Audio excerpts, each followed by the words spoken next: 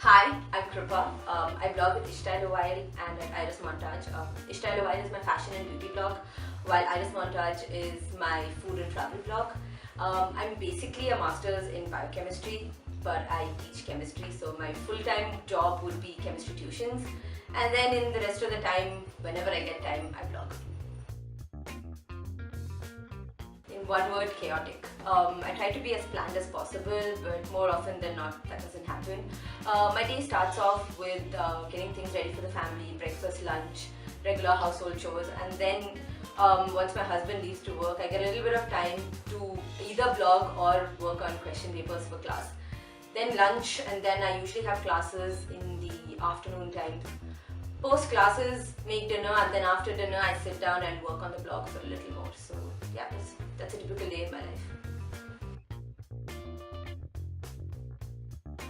So when I started blogging, there were actually a lot of beauty blogs, and the ones I started following at that time were I Simply Love Makeup, Coralista, Peaches and Blush. These were a few of my favorite bloggers, but all of them focused on beauty, and I wanted to focus on fashion. Well, it was not technically fashion that I had in mind. Basically, I just wanted to show that you can have a simple everyday style, which is yours, and that's why I started Ishtyle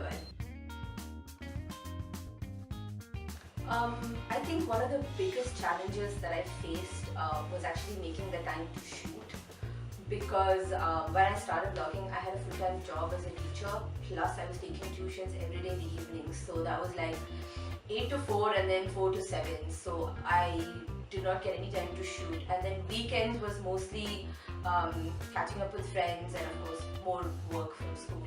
So making time to shoot till today is one of the biggest challenges that I've faced, and because of that, that's one of the reasons I actually got into beauty part as well, because it is easier to take product pictures, because a fashion shoot actually requires a lot of time and effort.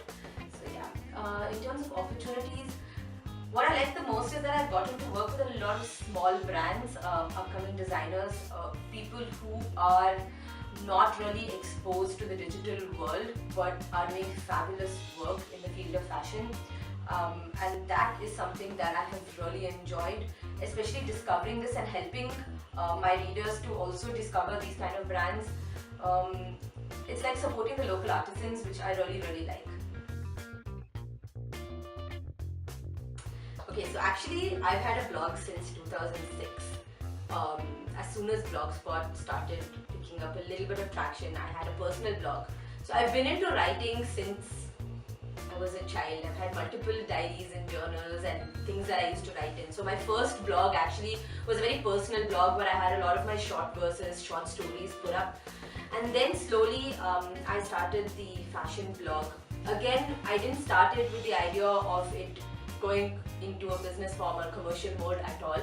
And I think that at some level, if I had started today, the one thing that I would have definitely done differently is to actually learn a little bit like the technical aspects of it, like what is SEO and then what is the keywords and all of those things. I would have probably equipped myself with that knowledge first before I started the blog, because I think I lost out on almost about 2 to 3 years of blogging because I spent a lot of time, like it took me 2 to 3 years into blogging to understand that, oh, okay, so there's so much more. I can't just write and then put it up and assume that people will come and see it.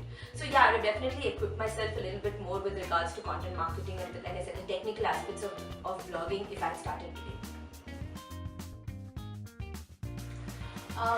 So I have mentored a few new bloggers, and I think the one thing that I've told all of them is to be as original as possible and to not look at just numbers or followers or anything like that.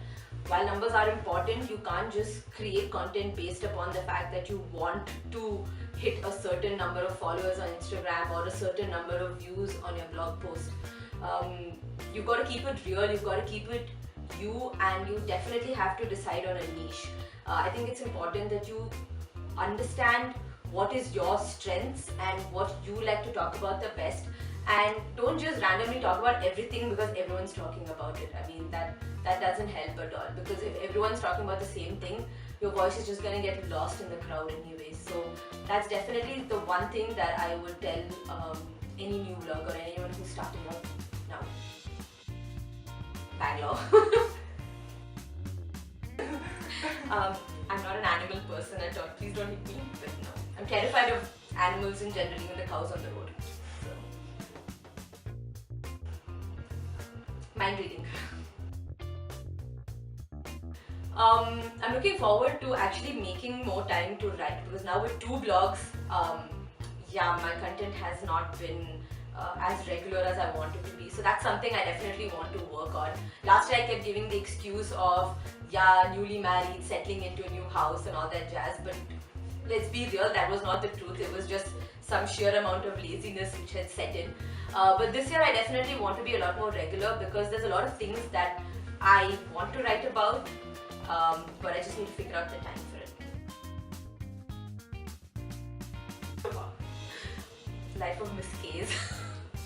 As narcissistic as that is, but even my first blog was with my own name, so yeah, it would definitely be